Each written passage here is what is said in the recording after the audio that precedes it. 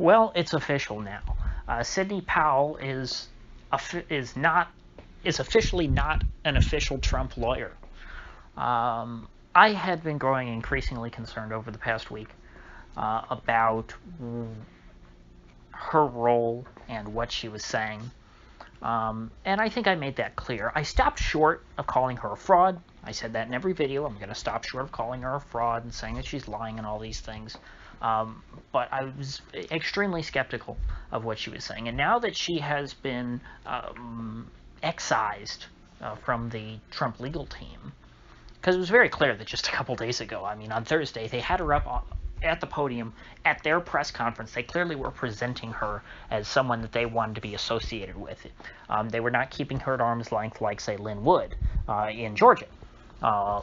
Lynn Wood was clearly never affiliated with the Trump campaign. Sidney Powell, for that last week, seemingly was, and she was all over TV. And she seemed to be like, the most prominent of Trump's three big attorneys, Jenna Ellis, Rudy Giuliani, and herself. Now, Rudy Giuliani put out a statement saying, hey, just to clarify, we have no professional relationship with Sidney Powell. The campaign has not hired her. She does not work for the president. She's doing her own thing. And I have to say, I was giving Powell...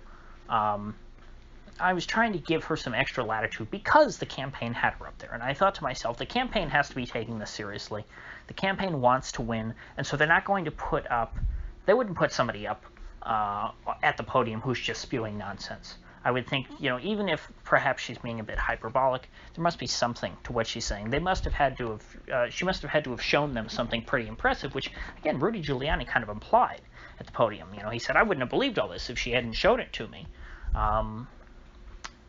And, she went up there and she made her very, I think, increasingly provocative statements, which I said yesterday became harder and harder to convince people of in the court of public opinion relative to what Rudy Giuliani has been talking about, which I thought the whole time has been very reasonable. Signature matches, proper observation, mail-in ballot procedures, procedural stuff that I think is very, very reasonable.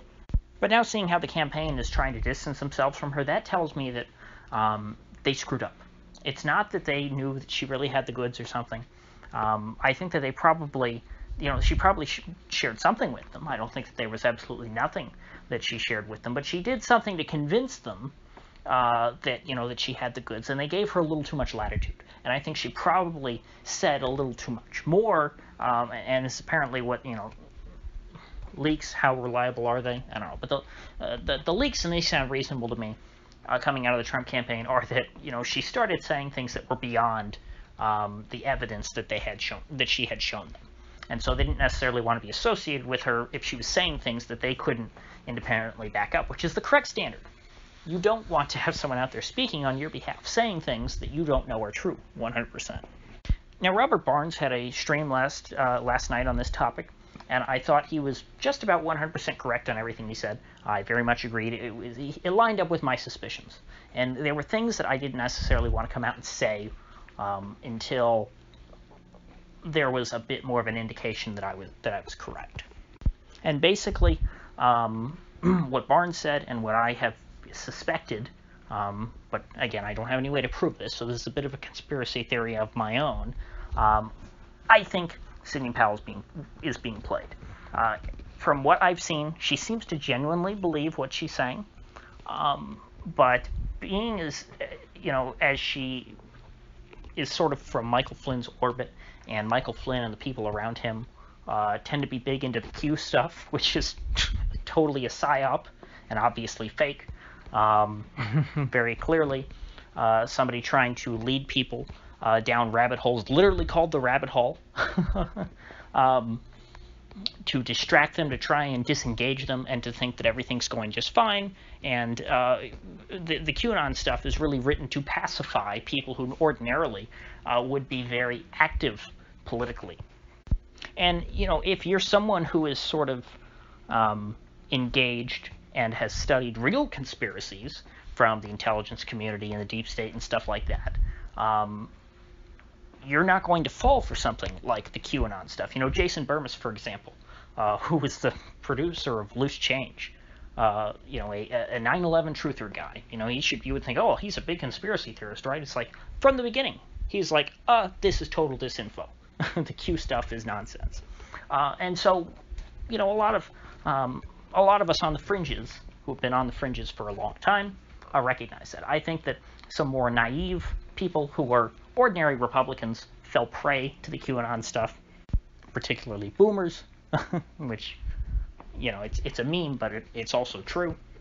And so given that that Powell and the people around her fell for the QAnon stuff, it's very reasonable to suppose that she right now could be in the midst of falling for another disinfo hoax campaign. Not that she is perpetrating the hoax, but she's the victim of it. And that's exactly what, you know, the case that Robert Barnes made last night, which I thought was very compelling, and is very much lines up with my suspicions. I recommend you go look at it. It's on Viva Fry's channel, Viva Law, and it was just last night, so it should be the most recent video he has up.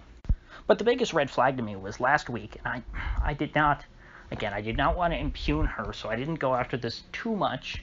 I've kind of sideswiped it a couple times, but the whole point about Venezuela, when I start hearing you talking about Venezuela and Hugo Chavez and stuff, that sounds like neocon CIA talking points to me. And the whole idea that Hugo Chavez somehow had, you know, played a role in creating this, you know, these voting machines and the software and all that to help him rig his own elections again, to me sounds very much like a CIA talking point. But then you hear Sidney Powell on TV saying, you know, hey, the CIA has rigged elections all over the world, and then they were doing the same thing here, and I've got big proof. Those two things don't jive, and they all sort of are stemming from her same source, I believe, which is the only person she's named, is this Venezuelan dissident general, I believe he is, who signed an affidavit for him. If you are a Venezuelan dissident general who has moved to the United States, you're not going to be exposing a CIA coup against a sitting president, saying that you're not going to come out there and give evidence proving that the CIA rigged an election against a sitting president, because your butt would be booted out of this country. If you come to this country as a dissident, odds are, you know, in that way, if you're a general under a government that is hostile with the United States, and you come to the United States, odds are you're already a CIA asset. And if you're not, becoming a CIA asset is pretty much going to be a part of the deal to get you into the country. Part of giving you asylum is that you work for the CIA now. And so a CIA stooge would not be giving Powell real evidence that the CIA rigged the election against Trump. That just these things don't mesh well. The things that she's saying don't add up. And so what it leads me to believe is that she's probably being played by the CIA. And what they're doing is they are feeding her something that they know to be bogus, because of the CIA. If a CIA agent or CIA stooge is telling Powell that, oh yeah, the CIA rigged the election against Trump, you can be sure that that's 100% not true. The CIA wouldn't tell her something that's true. The CIA doesn't give out real information to their enemies. They give out disinformation. And so what happens is that they tell her something that they know is true, and then she goes to acting on the assumption that this is true, makes all these bold claims, and then is exposed when it turns out that it's not true. And therefore, she's able to take down the Trump legal team effort with her and poison the well. And so that it makes it, you know, she sucks all the air out of the room and makes it look like the whole, you know, all of Trump's legal challenges, most of which have nothing to do with what she's talking about, are just utter nonsense and you know, conspiracy theory garbage, which, by the way, the term conspiracy theory was invented by the CIA. So, you know, they understand the power of these things. They want people to be labeled as quote-unquote conspiracy theorists, because they invented the label. It's a way of discrediting people. And so if you are being fed testimony that there is, you know, some conspiracy against the president, and you're being fed that testimony, or that, you know, that affidavit is signed by somebody who's probably affiliated with the CIA, you're stepping into a trap. And so that's, I think, just like the way that the FBI entrapped Michael Flynn, the CIA or somebody along those lines is probably has probably entrapped Sidney Powell. And I feel more comfortable, again, because this is kind of my conspiracy theory of my own, because do I have hard evidence to back that up? No, it's just that's my suspicion based on what I've seen, and the only thing that was keeping me from saying that entirely before was that she still had this, what seemed to be an official relationship with the Trump campaign. And I thought the Trump campaign is not dumb enough to have somebody on there if that's really the case. If she's being played herself, there should be some reasonable person in the Trump campaign who goes, you're being played. And I guess what happened was the Trump team gave her a bit of latitude and then realized that they were mistaken and that they shouldn't have done that. And unfortunately, there's probably a grain of truth to what she's being fed, which is how the CIA likes to play these things.